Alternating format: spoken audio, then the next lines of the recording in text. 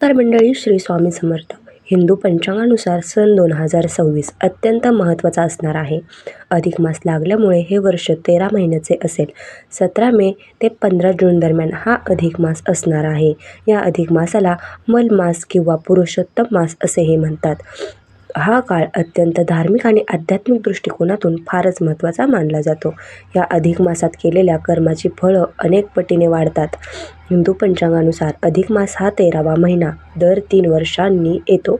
या महिन्यात सूर्यसंक्रांत नसते, म्हणून हा महिना मलिन असा धुंड म्हणून मानला जातो. या महिन्यात कोणतेही मंगल कार्य केले जात नाही. जेव्हा एकच चंद्रमास दोनदा येतो तेव्हा पहिल्याला अधिक मास आणि दुसऱ्याला शुद्ध मास असे म्हणतात. चंद्र आणि सूर्य वर्षामध्ये संतुलन राखण्यासाठी अधिक मास दर 3 वर्षांनी एकदा येत असतो. या महिन्याला धोंड्याचा महिना असेही म्हणतात. हा महिना भगवान विष्णूला समर्पित आहे. नकारात्मकतेला तुमच्या जीवनावर प्रवाह टाकून राहणाऱ्या किंवा रोखण्यासाठी या महिन्यात काही नियमाचे पालन केले पाहिजे. ते आपण पुढीलप्रमाणे पाहूया. अधिक महिना या पवित्र महिन्यात भगवान विष्णूच्या उपासनेला विशेष महत्त्व आहे. ओम नमो भागवते वासुदेवाय या मंत्राचा जप केल्याने मानसिक शांती, पुण्य याचा अत्यंत लाभ मिळतो. दुसरं म्हणजे श्री हरी विष्णूंनी सांगितल्याप्रमाणे या अधिक महिन्यामध्ये भूमिशयन व्रत करावे. म्हणजेच काय की बेडवर झोपायचं नाही, गादीवरती झोपायचं नाही. संपूर्ण अधिक मास खाली फरशीवरती सतरंजी, घोंगडी किंवा चटई टाकून त्यावर झोपायचं आहे. मग ते दुपारी झोपणं असो, रात्री झोपणं असो किंवा बसणं असो, गादीवर बेडवर बसायचं नाही. तिसरं म्हणजे अधिक मासात दान, जप, तप, पूजा, पाठ आणि गोमातेची सेवा करणे अत्यंत पुण्यकारक मानले जाते. तसेच अधिक मासात रामायण, गीता यासारख्या धार्मिक ग्रंथाचे दान करणे हे अत्यंत शुभ मानले जाते. त्यासाठी या महिन्यात आवर्जून दान केले पाहिजे. चौथं म्हणजे अधिक महिन्यात दानधर्मात तुम्ही वस्त्र आणि दीपदान करणे अत्यंत शुभ मानले जाते. विशेषतः अनंताचे दान, दीपदान आणि काचेच्या भांड्यात मालपुवा दान करणे अत्यंत शुभ आहे. पाचवं, अधिक महिन्यात अनारसे, बत्तासे, खारका, सुपारी किंवा फळं असतील तर ही 33 संख्येमध्ये सत्पात्र म्हणजे पात्रासह दान करायचे आहे.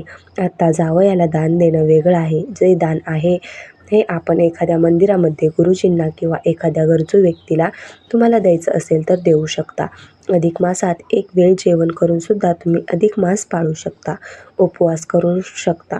या महिन्यामध्ये अन्नदान करू शकता किंवा संपूर्ण धोंड्याचा महिना म्हणजे अधिक मासात गाईला गोग्रास खाऊ घालू शकता. जोडपं भोजन म्हणजे एखादं जोडपं बोलवायचं आणि संपूर्ण अधिक मास त्यांना दुपारचं किंवा रात्रीचं जेवण आपल्या घरी जेवू घालायचं.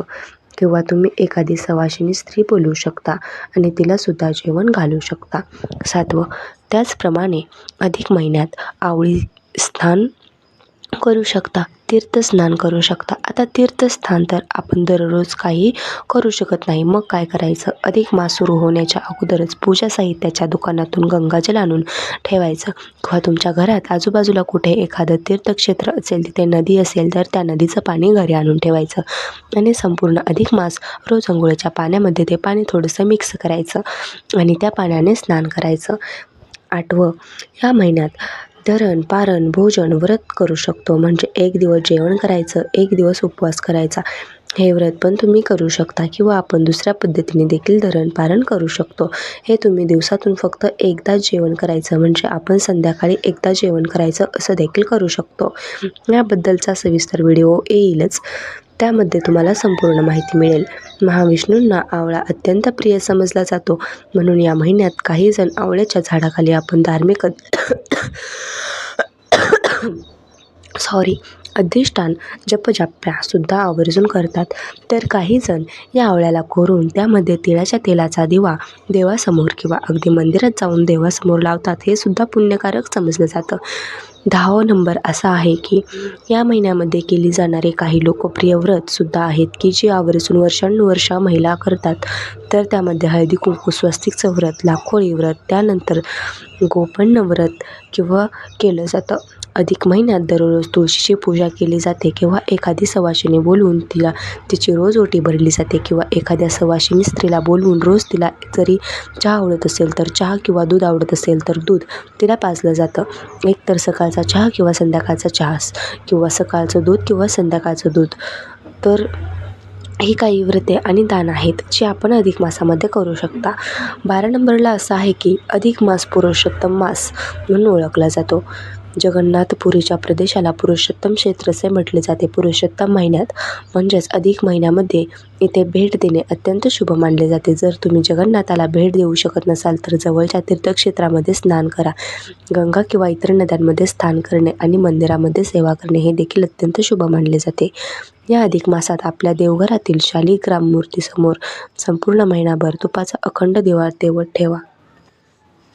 तुमच्याकडे शालिग्राम नसेल तर भगवान विष्णूंच्या फोटोसमोर दिवा लावा. या शुभ प्रथेमुळे मागील सर्व जन्मातील पापाचे शालन होते आणि आपल्या आयुष्यात सुख, शांती आणि समृद्धीचे जीवन लाभते. 14 नंबरला असं आहे की या अधिक महिन्यात पुरुषोत्तम महात्म्याचे पठण करणे अत्यंत फलदायी ठरते.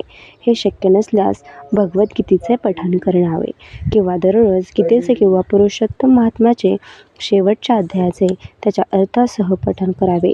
या महिन्यात विष्णू सहस्त्रनामाचे सुद्धा पठण करणे अत्यंत शुभ मानले जाते. विष्णू सहस्त्रनाम तर आवर्जून पठण करावे. तसेच रामरक्षा स्तोत्राचे पाठ आपण करू शकता. 15 नंबरला असं आहे की अधिक मासात विवाह, गृहप्रवेश, मौजी बंधन, बारसे, मुंडन यासारखी शुभ आणि मंगलमय कार्ये केली जात नाहीत. असे मानले जाते की या महिन्यात शुभ कार्य केल्यास अपेक्षित फळ मिळत नाही. 16 नंबरला असं आहे या महिन्यात केस कापणे किंवा नखे कापणे टाळावे. 17 नंबरला या अधिक मासात सात्विक जेवण करावे. तामसिक पदार्थ जसे की कांदा, लसूण, मांस हे पूर्णपणे वर्ज्य करावे.